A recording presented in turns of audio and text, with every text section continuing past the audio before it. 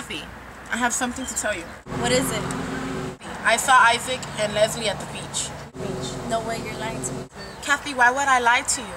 I know you since elementary. Maritza, quit making stuff up and go do whatever you gotta do. Kathy, why would I be making something up? I care about you and your relation. You think I'm dumb, huh?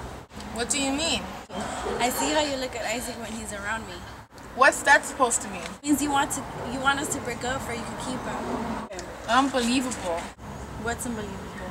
Kathy, like I said, I've known you since elementary. What makes you think I want to do something like that to you? I still don't believe you. I'm starting not to trust you. I'm going to ask him in front of you. Wow, really? I have proof. No need to ask him. Why are you scared? Leslie's a nice girl. Yeah? I'm done with him. It's okay. Everything's gonna be alright.